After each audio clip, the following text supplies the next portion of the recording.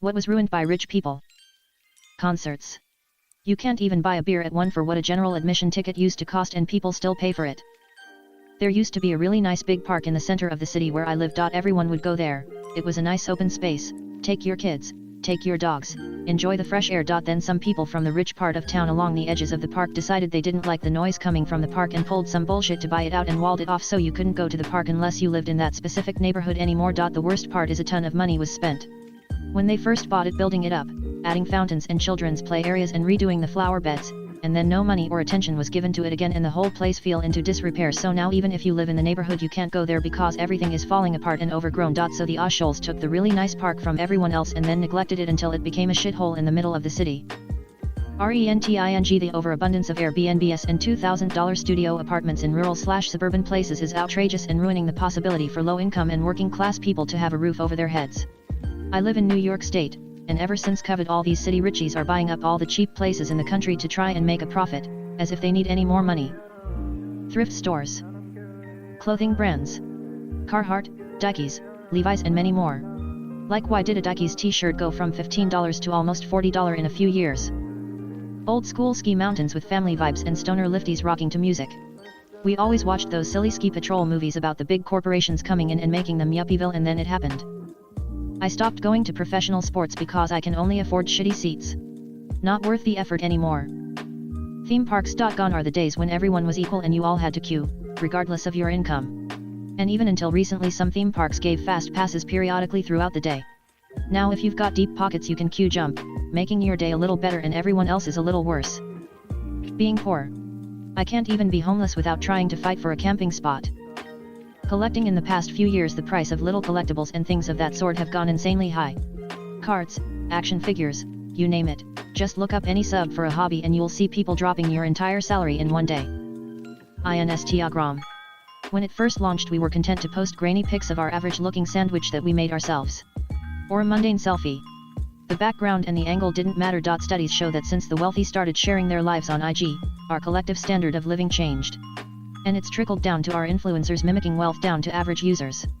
We're exposed to yacht parties, expertly organized and color-coded walk-in closets, high-end facials and party-planned gender reveals. We're benchmarking our posts with professional photographers and videographers, elevating our expectations for everything. Edit, for those saying, just don't use it, it's influenced every aspect of society whether you're on it or not. Collectively society aspires to a flashier existence. Instagram has inspired new aesthetic-forward businesses like restaurants and coffee shops, tourism, home decor, and types of homes, gyms and gym bodies. Fashion. Music festivals, used to be a bunch of hippies having a good time and doing drugs. Now it's rich kids taking selfies dressed as hippies and doing drugs. The standard of living for everyone else. Concerts. The housing market. Once the rich find out about anything good, they wreck it for the rest of us. Sex, drugs, rock and roll, internet environment. Any hobby where there's potential profit. Now you've got dickheads like the Logan Paul ruining Pokemon cards. Not because they're into them because they like Pokemon, but because they read the stories about the rare cards and just hammered their endless piles of cash into getting everything. Same with those asshole sheiks with massive comic book collections. They don't give a fuck about comics. They just collect popular valuable stuff. Burning Man. Cheap foods like chic herons or Tejano. I'm from Mexico. When I was a kid, Tejano was something that were even gift in meats market. Now they sell you a damn bone in meat price or even higher. The same with Shisharan, that was really cheap to buy, but with rich people discovering how good it is, now is impossible. All places up the prices because rich people buy it at high rates, and don't know what the heck they are shopping anyway. 80s and 90s cars. The market is super hot right now and all the rich guys are buying them up. Sorta like 50s and 60s cars in the 90s. Everything really.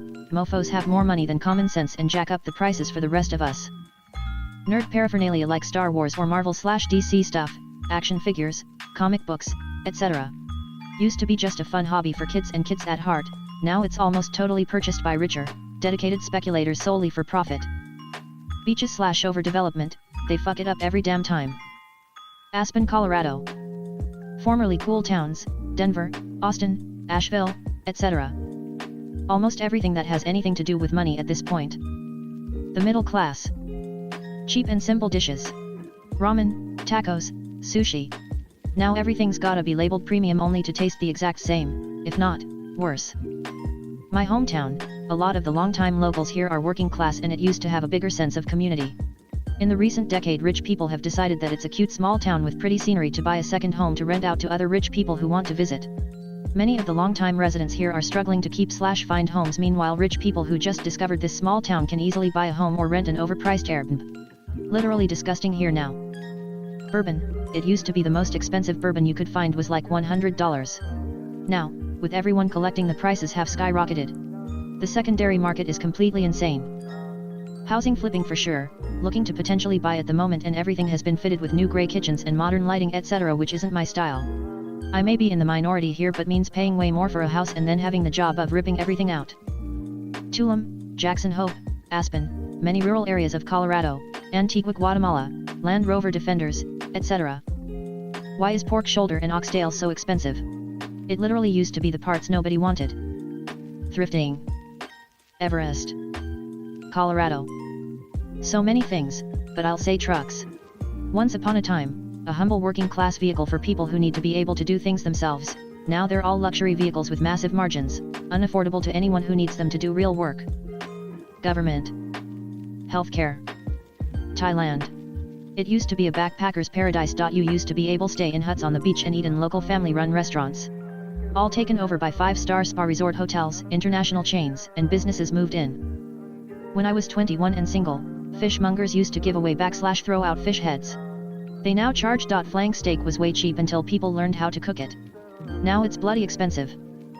Renting, buying property, taxes, anything that affects my ability to live the future I want based on cost living while they're out on vacation in Bali. Where do I start? Rural living. They keep migrating like locusts and devouring all the woods and land. How many yogurt shops and fancy neighborhoods do these need? Also, Aldi. I don't shop there anymore. I liked it better back in the day when it wasn't fancy, aisles narrow, and other poor or frugal people were shopping. Now the live laugh loves are in there with no sense of personal space. Watch out when the spiral hams are on sale. LOL. I think we covered thrifting, housing, and cheap eats. I hope they never think beans and rice are trendy. Those are my staples. I also hate that they are now into prepping/survival too. I think they were the ones crazy buying TP because poor people already know how to shop sensibly and keep a working pantry. I learned from my grandparents who lived during the Depression. Sailboats. Used to be you could on a working man's salary get a decent day sailing boat that you could go out with for the day with enough cabin space and amenities to live aboard for a long weekend, maybe a week. Like the McGregor 26. But nobody makes mere sailboats anymore, they make yachts. Expensive, over-designed yachts. The easy answer, everything. The harder answer, interclass solidarity and quality of life. They've worked so hard to separate the have-nots into their own little groups. We're too busy fighting each other instead of taking the fight, politically speaking, to the rich and the 1%. You have more in common with your fellow man than you ever will with a Bill Gates or Elon Musk. Edit. Thanks for the awards, holy hell. Glad my highest post is about something important. Love. Concerts. Once upon a time we lined up to buy concert tickets. They were all the same price and we knew they'd go on sale tomorrow at 10 a.m. If you were there early enough, you got to see Metallica from the front row for the same $20 as the guy in the back row who waited a week. It was a meritocracy based on who cared enough to camp their ass out a sidewalk all night. Environment.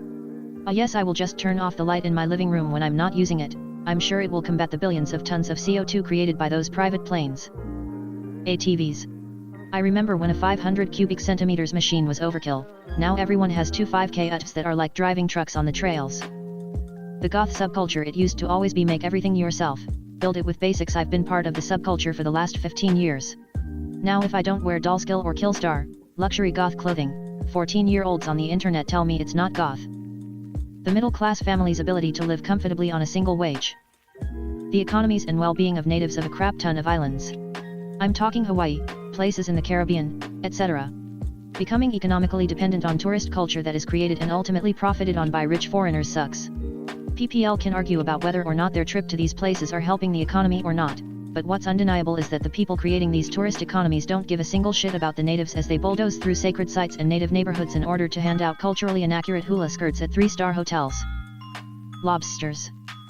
Every single piece of water with accessible waterfronts. Edit. Wow, lots of upvotes. Going forward, upvotes will be $8. Cheap food and booze. Every time rich people discover a diamond in the rough, it gets too expensive and commercialized. Edit. Everything every time. I'm going to just say it, as it's the season Christmas. Corporations really did a number on Christmas.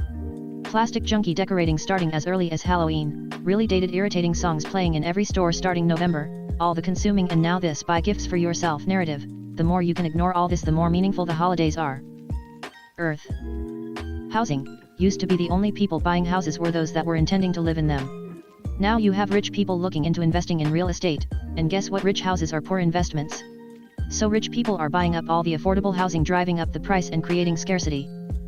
Hockey. The equipment is now super expensive, and ice time fees are becoming exorbitant. This isn't even getting into levels of play. If you want to have a shot at the NHL, then your family better be able to fork over $20K, $30K for AAA prep schools or the like, because Tier I junior teams and Major Junior, which are the leagues that the NHL scouts only select from AAA leagues. Avocados. Video games. They've found a way to sell unfinished games while also maximizing microtransactions, and some companies are better about this, but the big ones are all about the money with as little effort as possible. Imagine by John Lennon. Gestures at everything. Edit. Thank you kind strangers for the awards. Cheap meats, canned and not canned, Vienna sausages, corned beef, gizzards, oxtail, tripe, crawfish, and so forth and so on. But now it's considered exotic to eat like this. The American dream socio-economic mobility has been completely perverted due to a rigging of the system by the ultra-wealthy over the past few decades. When someone is born into poverty, now more than ever are they likely to stay impoverished. 400 families control more wealth in this country than the bottom 50% of Americans. The UK's economy, or at this point the UK. Just, all of it, send help / politicians who don't hate their people. Please. Tipping. The history of tipping has roots in rich assholes not wanting to pay their workers or just showing off their wealth. Now, Americans and others, need to solve a math problem before they can leave a restaurant. Disneyland / World of Your Handicap. Used to be that if you were a wheelchair user, but could transfer, Disney would let you and your party go in the exit, and skip the line. It made it easier to load the person into the ride, and it made the Disney experience a little better for people who are otherwise usually dealt with as an afterthought, if at all. Then rich people started to rent handicapped people so their precious, entitled crotch goblins wouldn't need to wait in line at Disney. When word got out, Disney had to change the policy so handicapped people would have to be split from their group, while the group waited in line. Disney was one of the only places where handicapped people were not treated as an afterthought, but the elite ruined that. Seafood. Well, shrimp, clams, oysters, crab, etc. Anyway. Tiny houses or organic farming, free-range chickens or egg, now everything is expensive because it's in trend. Economy.